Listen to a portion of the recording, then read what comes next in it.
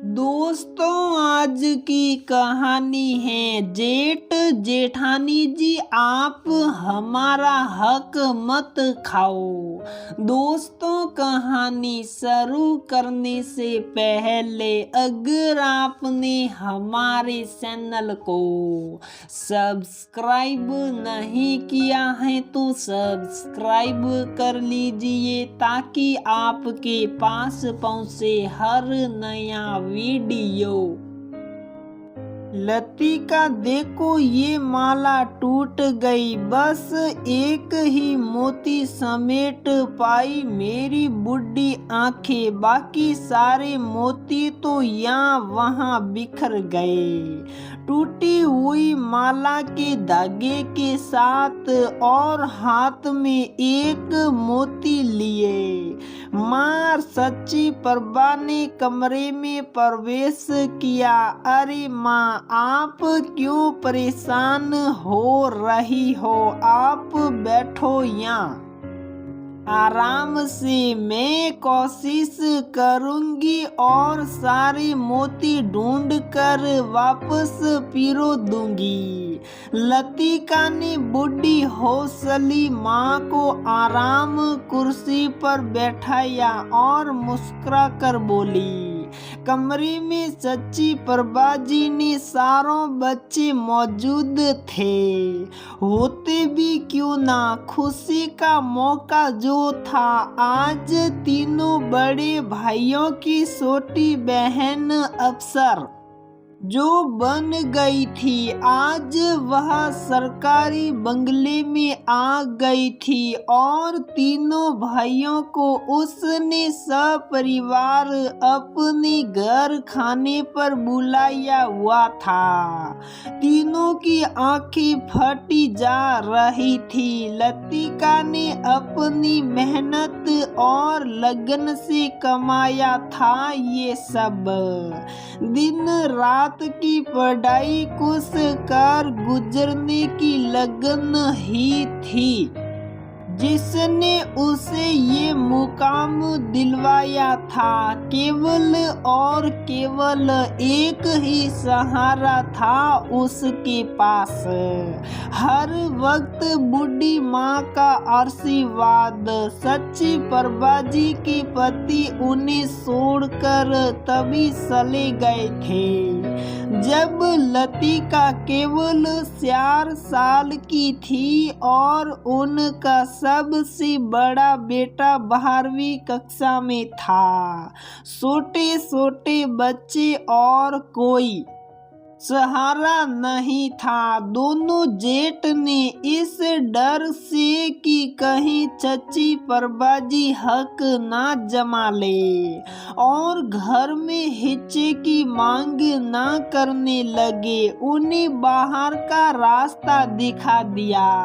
दोनों जेठों के रुतबे के सामने वह कुछ कर भी ना पाई। थोड़ी बहुत जमा पूंजी लेकर वे अपने भाई के घर आ गई, पर जल्दी ही ये महसूस हो गया कि यहाँ भाभी का एकाधिकार है और वह ज्यादा दिन यहाँ रुक नहीं पाएगी। भाई को समझा बुझा रिश्तों में दरार ना डाल, चची प्रभा जी ने जल्दी ही एक छोटे कमरे के घर में अपना इंतजाम अलग से कर लिया था। वहीं एक स्कूल में नौकरी भी कर ली, पर 4 बच्चे और उनकी पढ़ाई का खर्चा चची प्रभा जी अतिरिक्त समय पर सिलाई और लोगों के घरों में खाने बना के देने जैसे काम भी करने लगी। बड़े बेटे ने पढ़ाई पूरी करते ही नौकरी भी शुरू कर दी। चची प्रभा जी का हाथ बटाने वाला बेटा आ गया था, पर उसकी शादी होने के एक ही साल में पैसों को लेकर लड़ाइयाँ होने लगी। चची परबाजी की सलाह पर ही बड़ा बेटा अलग हो गया और वापस चची परबाजी ने घर की और बच्चों की जिम्मेदारी संभाल ली। बाकी दोनों बेटों की भी नौकरी लग गई और उन्होंने तो शादी के लिए अपनी अपनी पसंद के बारे में भी बता दिया। माँ ने खुशी खुशी दोनों बेटों की शादी उनकी इच्छा अनुसार कर दी। लतिका भी अपनी कॉलेज की पढ़ाई कर रही थी। पढ़ने में होशियार भी बहुत थी और शांत स्वभाव की थी। भाभियां जली कटी बातें माँ को सुना देती थी। माँ कुछ न कहती थी, लतिका की खातिर चुप रहती। माँ की हिम्मत जवाब दे रही थी। अब दोनों बेटों का ही सहारा था, पर एक दिन उन दोनों ने भी माँ को छोड़कर और लतिका की जिम्मेदारियों से मुंह फेर लिया। जितना कमाते हैं उसमें तो खुद का और हमारे परिवार का ही मुश्किल से गुजारा हो पाता है। उस पर अभी तो लतिका की पढ़ाई है और उसके बाद शादी का खर्चा भी हमारे बस की बात नहीं है। माँ, बड़े भैया ने भी तो कभी मुड़कर नहीं देखा, हमें माफ करना माँ। बेटों के मुंह से ऐसे शब्द सुनकर चची परबाजी टूट गई। तुरंत स्वाभिमान ने उन्हें झुकने नहीं दिया। उन्होंने बेटों को आशीर्वाद दिया, कोई बात नहीं बेटा, तुम पहले अपने परिवार देखो, इतना कह कर उन्होंने बेटों को उनके परिवार के साथ विदा कर दिया। माँ, आप चिंता ना करो, मैं बच्चों को पढ़ाकर जो पैसे कमाती हूँ उससे हम दोनों का आराम से काम चल जाएगा। लतिका माँ को हिम्मत बांध रही थी। नहीं लतिका, अभी तेरी माँ है, तू बस अपनी पढ़ाई लगन से कर, पैसों की चिंता मत कर। माँ ने लतिका के सिर पर हाथ फेरा। चची परबाजी एक बार फिर काम करने की हिम्मत जुटाने लगी, पर अब बुढ़ी हो रही थी, शरीर थक चुका था। पर लतिका की पढ़ाई में विघ्न ना आए सोच कर जितना बन पड़ता करती रहती थी। माँ की हिम्मत देख लतिका की आंखें भर आती थी। वह भी दोगुनी लगन से अपनी सिविल सर्विस की परीक्षा की तैयारी में जुटी थी।